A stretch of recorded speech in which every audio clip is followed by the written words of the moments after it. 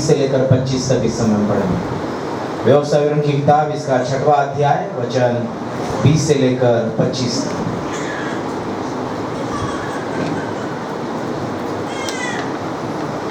मेरी वॉलंटी से पढ़ने में हमारी आपको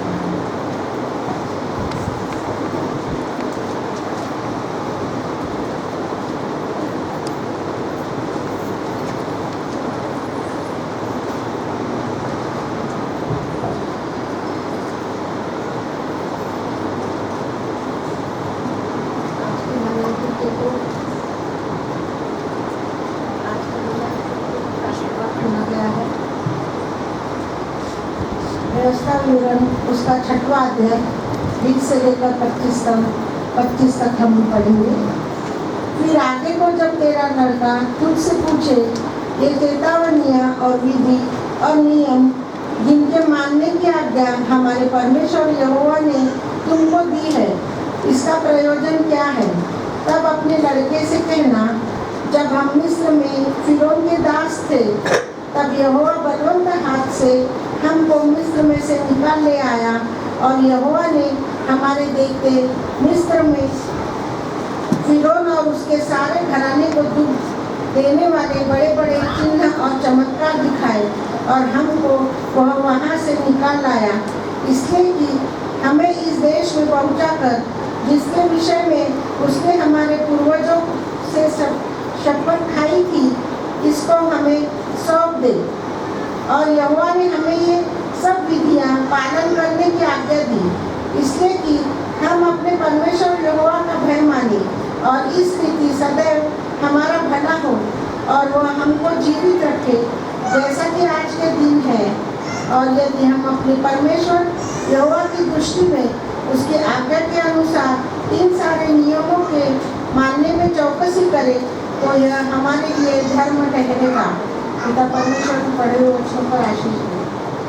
परमेश्वर पिता का धन्यवाद हो। प्रभु परमेश्वर आज के पढ़े वचन हमारे मनन चिंतन के लिए भी हमारे लिए उन्नति भरे करे, ये प्रभु से हम प्रार्थना करते हैं। प्रभु यीशु मसीह के नाम में आप सबको जय मसीह की।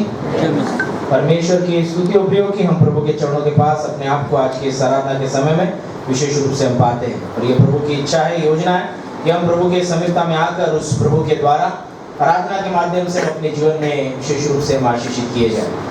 इसीलिए आज जब हम प्रभु के चरणों के पास है, जब हमने आज का शास्त्र पाठ पढ़ा है, व्यवस्था विवरण की किताब इसका 6वां अध्याय और 20 से 25 इन वचनों को जब हम पढ़ते हैं, हम यहाँ पर पाते हैं कि परमेश्वर पिता जब अपने लोगों को, अपने चुने हुए इस्राएल को विशेष रूप से जिन्हें उसने अपने लिए अलग किया था, उन्हें जब मिस्र देश से निकालकर वह वायदों की भूमि में कनान देश की ओर जब ले जाने का वायदा उसने उनसे किया है, हम वहाँ पर देखते हैं कि इसकी चर्चा, इसकी वार्तालाप विशेष रूप से अपने परिवार के साथ, अपने बच्चों के साथ में करते हुए यह इस्राएल लोग के जो पुरनिये हैं वह विशेष रूप से यहाँ पर हमें नजर आते हैं। और हम इस बात को पाते हैं कि एक शब्द वो यह कहते हैं कि परमेश्वर ने हमें वहां से यहाँ निकाल ले आया है ताकि वो हमें कहीं ले जाए। परमेश्वर जो है हमारे जीवन में हमें विभिन्न तरह से वो हमें आगे बढ़ाता है, आगे चलाता है।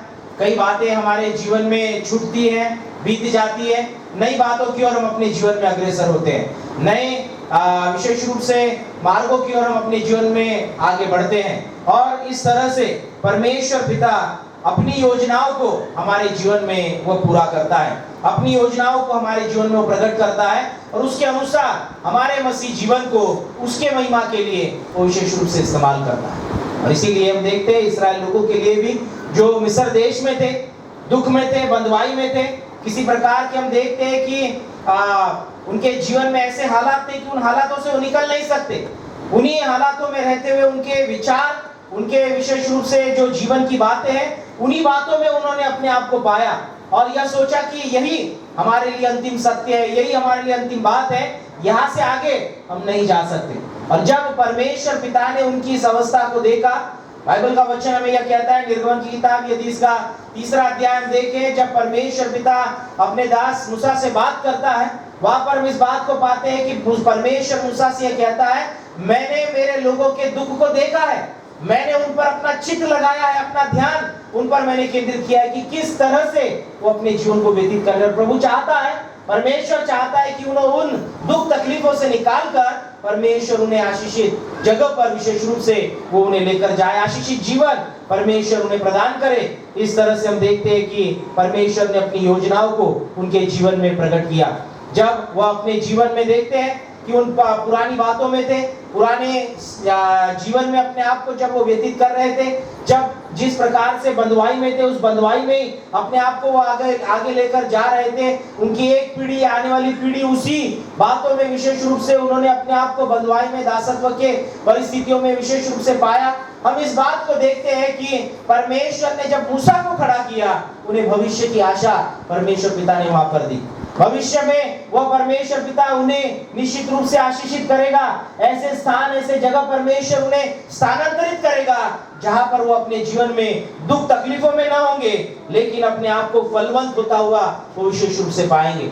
और इसी प्रकार हम देखते हैं कि जब वहां पर विशेष रूप से खोजी लोगों को भेजा गया, 12 लोगों को भेजा गया, 10 ने यद्यपि बुरा समाचार लाया, लेकिन 2 परमेश्वर के विशेष रूप से यदि हम देखें अगुओं ने, जो परमेश्वर पिता नए रूप से उन्हें खड़ा करने वाला था, कालेब और यहोशू इनके माध्यम से यदि हम देखें तो उन्होंने एक अच्छा समाचार, उस देश का भेद जब वो लेकर आए, उन्होंने प्रकट किया। परमेश्वर पिता हमें किस स्थान पर ले जाना चाहता है, इस बात को इस्राएल लोगों के सामने परमेश्वर ने उन 2 अगुओं के द्वारा विशेष रूप से प्रकट किया।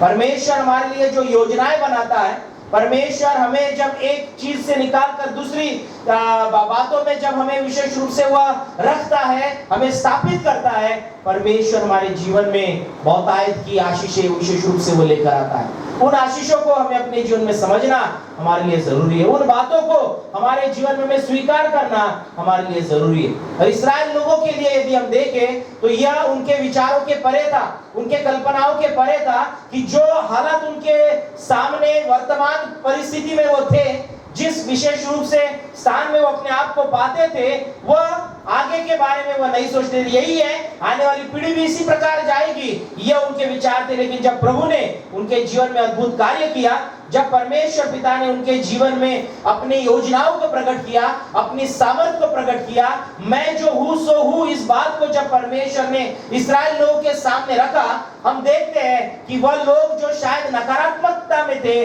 वो अपने जीवन में परमेश्वर की योजनाओं को स्वीकार करते हुए हमें यहाँ पर नजर आते हैं। और 20 वचन से आगे हम देखते हैं कि वह कहते हैं, आगे को जब तेरा लड़का तुझसे पूछे ये चेतावनी और विधि और नियम जिनके मानने की आज्ञा परमेश्वर यहोवा ने तुमको दी है, इनका प्रयोजन क्या है, तब अपने लड़कों से कहना, जब हम मिस्र में फिरौन के दास थे, तब यहोवा बलवंत हाथ से हमको मिस्र में से निकाल ले आया।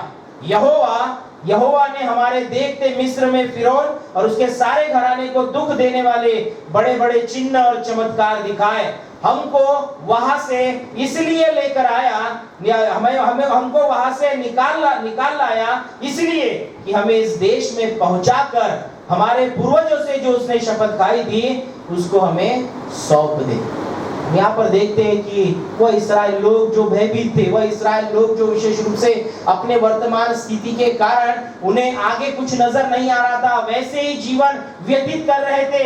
1-2 साल का नहीं, हम यदि देखें उनके जीवन के बारे में 300 से 400 सालों तक इसी अवस्था में उनकी एक पीढ़ी से आने वाली पीढ़ी उसी अवस्था में अपने आप को वो आगे लेकर जा रही थी। लेकिन जब प्रभु ने अपनी योजना प्रकट की, जब प्रभु ने उन्हें उन परिस्थितियों से उभारा, जब परमेश्वर ने उनके लिए मार्ग तैयार किया, जब परमेश्वर ने उन्हें विशेष रूप से उस परिस्थिति से, वर्तमान परिस्थिति से निकालकर भविष्य की आशा की ओर जब परमेश्वर उन्हें लेकर गया, हम देखते हैं अपने बच्चों से वो क्या कह रहे हैं, अपने आने वाली पीढ़ी से वो क्या कह रहे हैं। तो हम यहाँ पर यह देखते हैं कि परमेश्वर ने हमें निकाल लाया है ताकि वो हमें अपने राज्य में ले सके, अपने उपस्थिति में ले सके, अपने आशीषों से हमें भर सके। इसीलिए परमेश्वर की योजना वो वहां पर विशेष रूप से प्रकट करता हुआ हमें यहाँ पर नजर आता है। इस इस्राएल लोगों के जीवन की बातों को, इस घटना को यदि हम हमारे जीवन से लागू करते हैं, हम इस बात को पाते हैं कि हमारे इकलौते परमेश्वर पिता ने अपने इकलौते पुत्र प्रभु यीशु मसीह को जब इस संसार में भेजा, हम भी खोए हुए थे, हम भी भटके हुए थे, हम भी अपने जीवन में दुख तकलीफों में थे। पाप के कारण हम विशेष रूप से पाप के बंधन में, दासत्व में अपने आप को हम पाते हैं। हम यह पाते हैं कि पाप जो है वो हमारे जीवन में मृत्यु को लेकर आता है। उस पाप के बंधनों से हमें छुड़ाने वाला कोई नहीं है। उससे हम इस बात को पाते हैं कि वो पाप का बंधन जो है वो हमारे जीवन में और बढ़ता हुआ जाता है, उसकी ताकत हमारे ऊपर बढ़ती जाती है, उसका प्रभुत्व हम पर बढ़ता जाता है। लेकिन जब प्रभु यीशु मसीह को भेजता है, उस पाप से वो हमें छुड़ाता है, पाप की गंदगी से हमें वो बाहर निकालता है, पाप के उस प्रभुत्व को हमारे जीवन से परमेश्वर पिता नष्ट करता है। पाप के द्वारा विशेष रूप से हमारे जीवन में प्राप्त जो असफलता है, जो नकारात्मकता है, उस पाप से परमेश्वर पिता ने हमें प्रभु यीशु मसीह के द्वारा छुड़ाया। और हम देखते हैं कि उस पाप से, मृत्यु से, अंधकार से हमें निकालकर वो जीवन की ओर लेकर आता है। और इसीलिए इस्राएल लोगों का यह जो स्थानांतरण है, एक जगह से दूसरे जगह जाना, मिस्र देश से कनान देश जाना, यह जो उनका स्थानांतरण है, यह केवल जगह बदलना नहीं है। इस्राएल लोगों के लिए केवल एक जगह से निकले और दूसरे जगह चले गए, यह केवल जगह को बदलना नहीं है। उनका स्थानांतरण जो है वह अपने जीवन के दुख तकलीफों से निकलकर परमेश्वर के द्वारा प्राप्त सुख शांति में अपने आप को लेकर आना है, परमेश्वर के आशीषों में अपने आप को लेकर आना है। जगह बदली और सब बदल गया, ऐसा नहीं होता। कई बार हम अपने जीवन में करते हैं कि नहीं, उस जगह पर ऐसा है, उस घर में वैसा है, उस स्थान पर वैसा है, हम वो उसको बदल देते हैं। कई बार चर्च के बारे में भी हम सोचते हैं कि नहीं, वहां पर ऐसा नहीं है, हम दूसरे चर्च में जाएंगे। हमारे जीवन में जगह बदलने से आशीषें प्राप्त नहीं होती। हमारे जीवन में जगह बदलने के साथ साथ हमारा जीवन परिवर्तित जब होता है, तब हमारे जीवन में परमेश्वर की आशीषें प्राप्त होती है। स्थानांतरित होना यह हमारे जीवन में उपाय नहीं है। स्थानांतरित होना, एक जगह से दूसरे जगह जाना, हमारे जीवन में परमेश्वर के आशीषों को प्राप्त करना नहीं है। हमारे जीवन में हमारे मन का परिवर्तन है, हमारे जीवन का परिवर्तन है, हमारे अस्तित्व का परिवर्तन है, हमारे स्वभाव का परिवर्तन है। जब हम प्रभु की आशीषों को अपने जीवन में स्वीकार करना चाहते हैं, हमारे जीवन में अंधकार से, पाप से, हमारे जीवन में पाप के प्रभुत्व से छूटकर हमें परमेश्वर की उपस्थिति में आना जो है, उसके जीवन में आना जो है, ये हमारे जीवन में आशीष को लेकर आता है। हमारे जीवन में यदि प्रभु की आशीष हमें चाहिए, तो स्थानांतरित होने के बजाय हमारे जीवन को परिवर्तित होने का अवसर हमें अपने जीवन में देना जरूरी है। परमेश्वर ने न केवल इस्राएल लोगों को वहां से मिस्र देश से निकालकर परमेश्वर पिता उन्हें कनान देश में लेकर नहीं आया। परमेश्वर पिता जब उन्हें उस विशेष रूप से यह ट्रांजिशन पीरियड में 40 साल बीते, परमेश्वर पिता की उस योजना को उनके जीवन में प्रकट करने के लिए, कनान देश में जाने के लिए जो 40 साल का अवधि है, इसमें परमेश्वर ने उनके मन को परिवर्तित किया, परमेश्वर ने उनके विश्वास को परिवर्तित किया, परमेश्वर पिता ने उनके चाल चलन को परिवर्तित किया, परमेश्वर पिता ने उनके वैचारिक दृष्टिकोण को परिवर्तित किया, परमेश्वर पिता ने उनके आत्मिक जीवन को परिवर्तित किया। और फिर कनान देश में वो पहुंचे। वो ऐसे ही नहीं पहुंचे। हम इस बात को भी देखते हैं कि कनान देश में जब वो आए हैं, वचन में यह कहता है कि जो एक पीढ़ी की, जो पहली वाली पीढ़ी थी, वो पूरी रीति से चली गई। नई पीढ़ी कनान देश में वहां पर पहुंची, क्योंकि परमेश्वर पिता जब हमारे जीवन को परिवर्तित करता है, नई आशीषें हमारे जीवन में विशेष रूप से प्राप्त होती है। और इसीलिए हम इस बात को पाते कि पुराना जीवन लेकर हम प्रभु के साथ नहीं बढ़ सकते, पुराने मनुष्यत्व को लेकर हम प्रभु के साथ आगे नहीं बढ़ सकते, पुराने स्वभाव को लेकर हम प्रभु के साथ आगे नहीं बढ़ सकते। इसके लिए हमारे जीवन का परिवर्तन होना जरूरी है। स्थान का परिवर्तन नहीं है, स्थानांतरित होना नहीं है, मन को परिवर्तित होना ये हमारे लिए जरूरी है। और परमेश्वर पिता ने इस्राएल लोगों के जीवन में यही किया। परमेश्वर पिता ने उन्हें जब वह मिस्र देश से निकाल ले आया, उन्हें जब दिन प्रतिदिन वो आगे बढ़ा रहा है, हर दिन हम देखते हैं परमेश्वर ने अपनी उपस्थिति का अनुभव उन्हें दिया, अपने चिन्ह चमत्कारों का अनुभव परमेश्वर ने उन्हें दिया, अपने सामर्थ को उनके जीवन पर परमेश्वर ने प्रकट किया, अपने प्रबंधों को परमेश्वर ने उनके जीवन में प्रकट किया। परमेश्वर पिता हर दिन हर समय उनके साथ साथ बना रहा, यह विशेष रूप से हम देखते हैं। आप और मैं जब तक हम हमारे पुराने मनुष्यत्व को, पुराने स्वभाव को हम न त्यागते, तब तक नया मनुष्यत्व हमारे जीवन में परमेश्वर के आशीषों को लेकर नहीं आ सकता। हम नए कपड़े में पुराने कपड़े में नए कपड़े को यदि हम लगाएंगे तो वो फट जाएगा, वो वैसे नहीं रहेगा। हमारे जीवन में हमें नया मनुष्यत्व परिधान करना जरूरी है। हम दोनों चीजों को लेकर नहीं चल सकते, दोनों स्वभाव को लेकर नहीं चल सकते, दोनों आदतों को लेकर नहीं चल सकते। पल में ये और पल में वो, इन बातों को लेकर हम हमारे मसीह जीवन में उस आत्मिक सफर में आगे नहीं बढ़ सकते।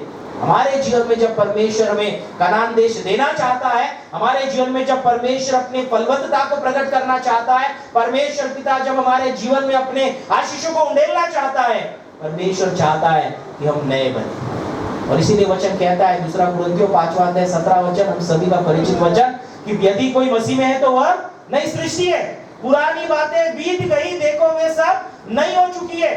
यह बातें केवल वचन तक सीमित नहीं है कि पुराना बीत गया, यह हमारे जीवन में होना चाहिए कि पुराना सचमुच बीत चुका है और अब वो नया हो चुका है।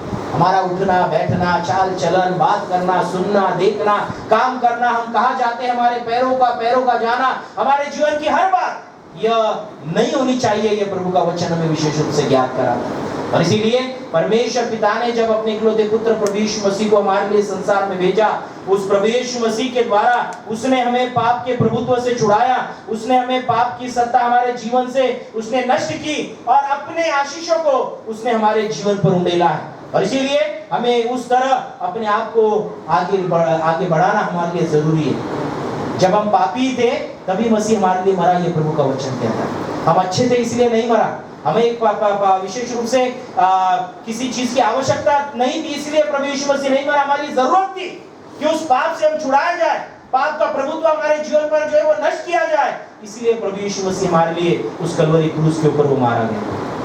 मेरे प्रियो, इसे हमें अपने जीवन में विशेष रूप से समझना जरूरी है कि आपको और मुझे प्रभु ने बचाया है ताकि वो हमारे जीवन में अपनी योजनाओं को प्रकट करे, ताकि वो हमारे जीवन में जीवन का परिवर्तन जब होता है, उस परिवर्तन के द्वारा प्रभु अपनी कृपा को हमारे जीवन पर उंडेलेगा। इस बात को हमें अपने जीवन में स्वीकार करना, समझना हमारे लिए जरूरी है। इसलिए हम देखते हैं परमेश्वर पिता का वचन हमें यहाँ पर यह कहता है, 24वां वचन यदि हम पढ़ते हैं, यहोवा ने हमें ये सब विधियां पालन करने की आज्ञा दी, इसलिए कि हम अपने परमेश्वर यहोवा का भय माने और इस रीति सदैव हमारा भला हो और वह हमको जीवित रखे जैसे कि आज के दिन है।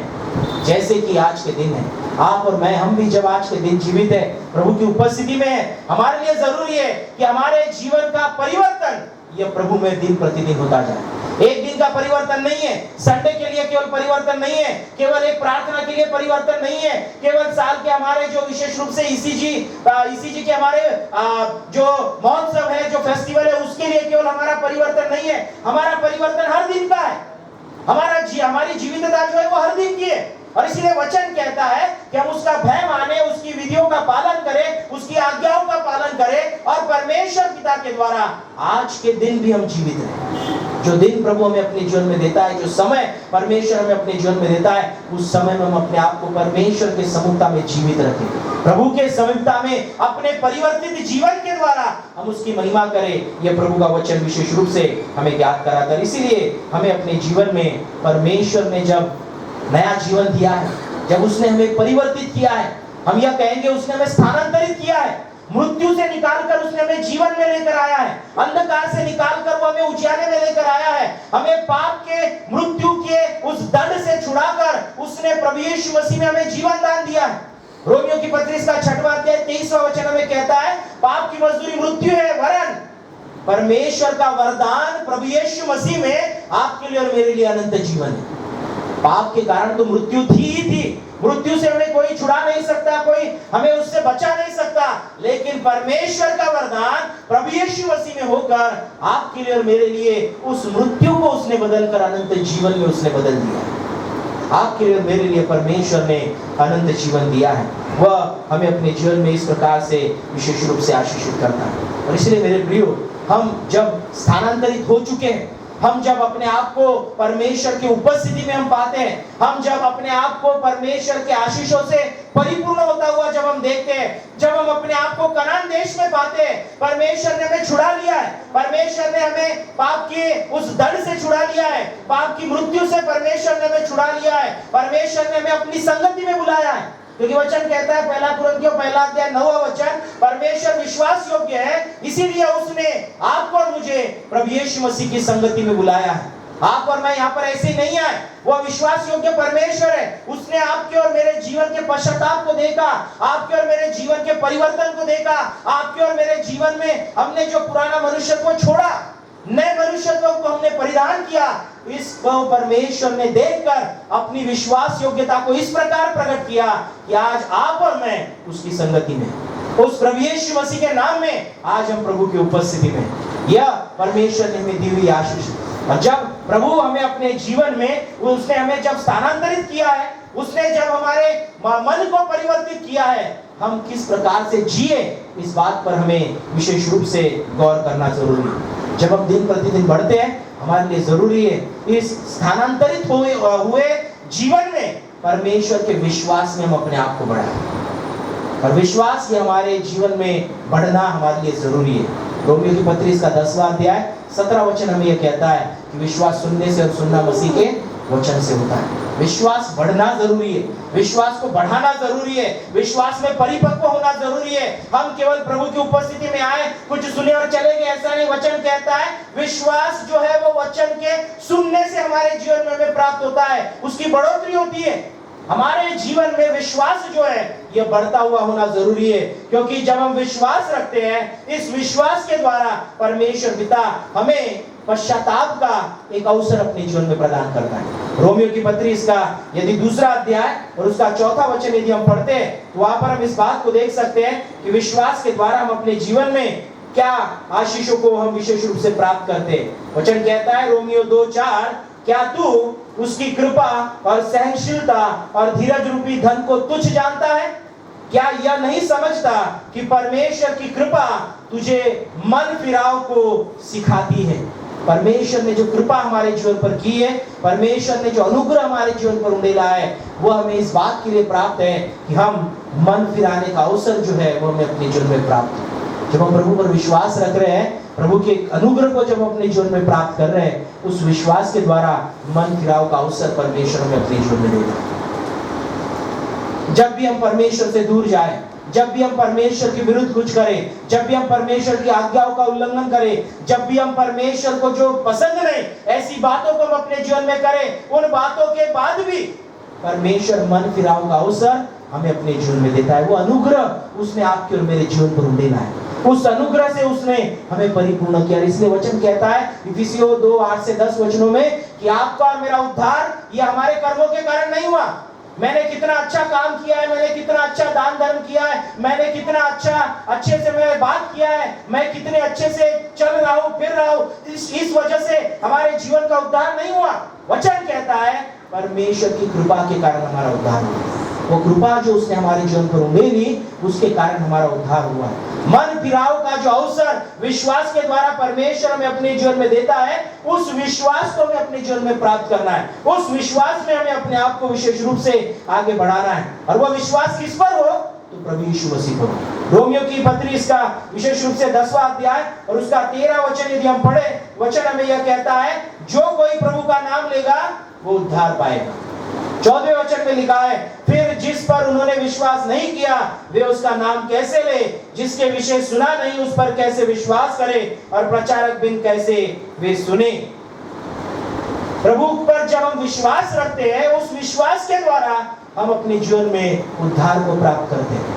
जब हम परमेश्वर के एकलौते पुत्र प्रभु यीशु मसीह के बारे में सुनते हैं, उस पर विश्वास रखते हैं, वह बात हमारे जीवन में उद्धार को लेकर आती है। और इसलिए विश्वास में परिपक्व होना ये हमारे लिए जरूरी है। जब हम स्थानांतरित हो चुके हैं, हम अपने मन को परिवर्तित कर चुके हैं, हम जब प्रभु की संगति में आ चुके हैं, हमारा विश्वास डगमगाने वाला विश्वास नहीं होना चाहिए। हमारा विश्वास जो है वो 1-2 दिन के लिए विश्वास नहीं होना चाहिए। हमारा विश्वास यह परिपक्व होना चाहिए। जीवन की हर परिस्थितियों में हमारा विश्वास जो है वह स्थिरता, दृढ़ता हमें प्रदान करने वाला हमारा विश्वास होना चाहिए। यह प्रभु का वचन हमें विशेष रूप से ज्ञात कराता है, क्योंकि इस विश्वास के द्वारा आपको और मुझे उसकी संतान होने का अधिकार यह प्रभु के वचन के द्वारा प्राप्त होता है। और इसलिए यदि यूहन्ना रचित सुसमाचार इसका 1 अध्याय और उसके विशेष रूप से 11 और 12 वचन को यदि हम पढ़ते हैं तो उस वचन में हम यही पाते हैं। वचन कहता है कि वो अपने घर आया और उसके अपनों ने उसे ग्रहण नहीं किया, परंतु जितनों ने उसे ग्रहण किया उसने उन्हें परमेश्वर की संतान होने का अधिकार दिया, अर्थात उन्हें जो उसके नाम पर विश्वास रखते हैं। प्रभु यीशु मसीह पर विश्वास रखने के द्वारा हम परमेश्वर की संतान होने का अधिकार अपने जीवन में प्राप्त करते हैं। यह विश्वास की परिपक्वता है कि हम अपने जीवन में अधूरे नहीं हैं, हम अपने जीवन में ऐसे ही छोड़े हुए नहीं हैं कि हमें कोई पूछे ना। प्रभु का वचन कहता है हम यदि विश्वास रखते हैं तो संतान का अधिकार प्राप्त करते हैं। हमें अपने जीवन में परमेश्वर को अब्बा पिता कहने का अधिकार हमारे जीवन में प्राप्त होता है। वह विश्वास की परिपक्वता हम प्राप्त करते हैं या नहीं, इस पर हमें आज विचार करना जरूरी है। हमारा स्थानांतरित हुआ जीवन, हमारे मन का परिवर्तन, हमारे जीवन में जब परमेश्वर ने हमें अंधकार से उजाले में लाया है, यह जीवन जब हमने अपने आप में पाया है, हम किस रीति से कहां पर अपने आप को पाते हैं, इस पर हमें आज विचार करना जरूरी है। प्रभु चाहता है कि उस विश्वास में हम परिपक्व बने, उस विश्वास में हम अपने आप को स्थिर करें, दृढ़ करें। उसी विश्वास के द्वारा हम मसीह जीवन में अपने आप को आगे लेकर जाए, यह परमेश्वर का वचन कहता है।